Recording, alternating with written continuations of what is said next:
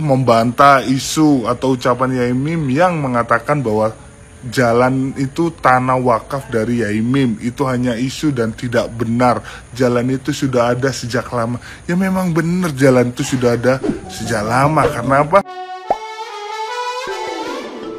Perseteruan antara Yai Mim dan Sahara di Kelurahan Merjosari Malang kini semakin memanas setelah Ketua RW dan Ketua RT memberikan klarifikasi resmi terkait konflik yang telah memasuki ranah hukum. Mereka menegaskan tidak ikut campur dalam proses hukum, namun perlu meluruskan isu pengusiran dan masalah tanah yang belakangan menimbulkan kesalahpahaman publik. Menurut mereka, keresahan warga muncul karena perilaku Yai Mim yang dianggap mengganggu ketertiban lingkungan. Mulai dari menyebarkan video pribadi ke grup WA warga hingga dugaan penyerobotan lahan dan penutupan jalan umum. Pihak RT dan RW menyebut telah berusaha melakukan mediasi. Namun upaya itu gagal karena Yai Mim menolak untuk dimediasi setelah sebelumnya menyanggupi. Warga merasa tidak nyaman dengan sikap dan gaya komunikasinya yang dinilai kasar serta sering menimbulkan keributan antar warga. Meski demikian, Ketua RW dan RT menegaskan tidak pernah ada tindakan pengusiran secara fisik, melainkan bentuk penolakan administratif karena situasi lingkungan yang sudah tidak kondusif akibat kehadiran Yai Mim. Nah, gimana nih menurut netizen yang terhormat? Silahkan berkomentar ya. Heran sama RT RW kuwi yo, opo kok do manut? Opo RT RW yo tahu dadi koyo kuine gitu ya. Ini loh ya, saya himbauan untuk para istri-istrinya Pak RT, Pak RW, Pak Sekdes, Pak Sopo meneh, Pak Sopo maneh, Pak Sopo maneh. Halo, ibu-ibunya pada kemana? Masa gak curiga, Bu? Coba tanya dalam hati, Bu. Pak, kenapa sih kok bilang ibu rental begitu dong? Ya, sekolah dur-dur. Masa nggak ngerti ilmu hukum? Ilmu hukum nggak perlu jadi sarjana hukum. Toh dari kecil kita bisa dididik sama orang tua kita masing-masing. Mana jalur kesalahan, mana jalur kebenaran. Mana jalur yang berhak dan mana jalur yang tidak berhak. Masa orang ngerti? Kan aneh banget bisa belani Bu rental ini. Bener-bener bejijak di situ, bejijak ya. Wes mobilnya banyak banget, leler sak dalan-dalan mengganggu begitu. Banyak itu ya komentar dari bekas-bekas tetangganya dari dia ngontrak di wilayah sebelumnya di situ. Itu banyak yang cerita kan itu. Kalau dia ngontrak selalu bikin masalah. Ada yang ngontrak, dia ngontrak di mana, terus ada lahan kosong itu buat bakar apa buang sampah begitu.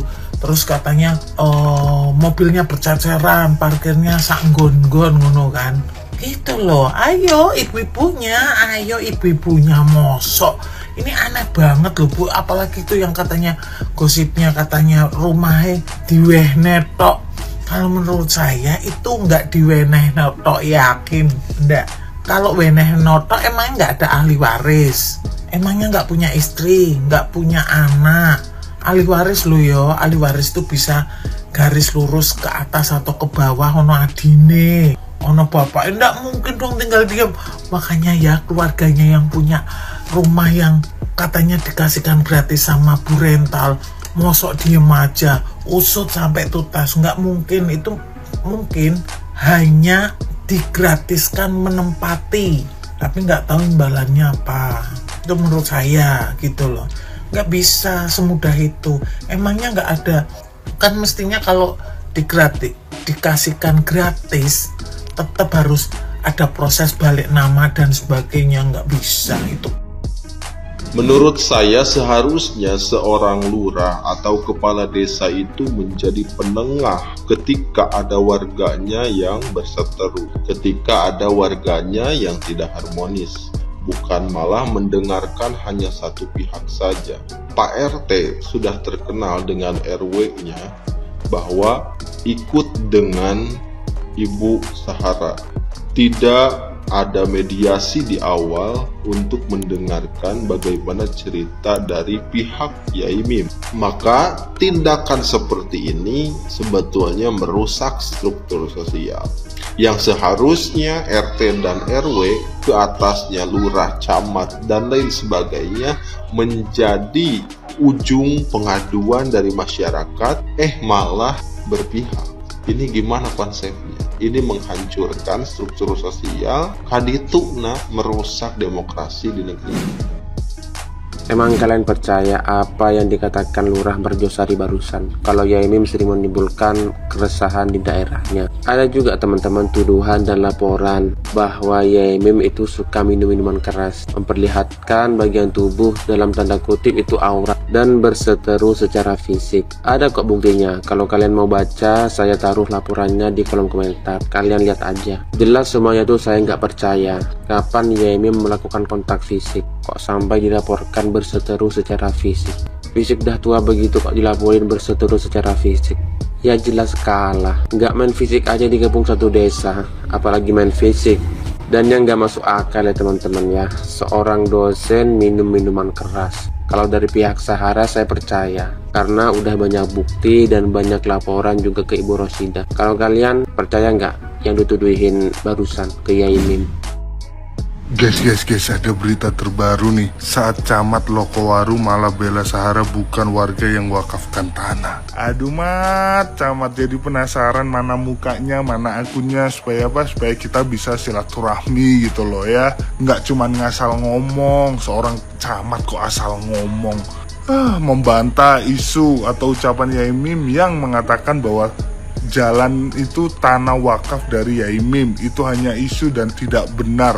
Jalan itu sudah ada sejak lama. Ya memang benar, jalan itu sudah ada sejak lama. Karena apa? Karena Bu Ros, istri Yai Mim, itu beli tahun 2008. Sekarang 2025, ya udah lama banget memang gitu loh. Lama. Ya, ini masalah sudah bukan dimediasi lagi, tapi kerana hukum. Ya, karena apa? Sudah larinya ke kriminal, pengusiran lah, pemfitnahan lah, dan lain-lain hal. Terus kalau kita bicara nih ya, kalau memang benar tanah itu, ya kan, bukan wakaf, tapi fasum, fasilitas umum, apakah boleh diperuntukkan untuk kepentingan pribadi? Kalau sekali dua kali nggak apa-apa. Lah ini loh, di depan rumahnya diparkirin. Coba rumahnya Camat diparkirin mobil, tiap hari parkirin mobil, marah nggak? Ini kesel kali.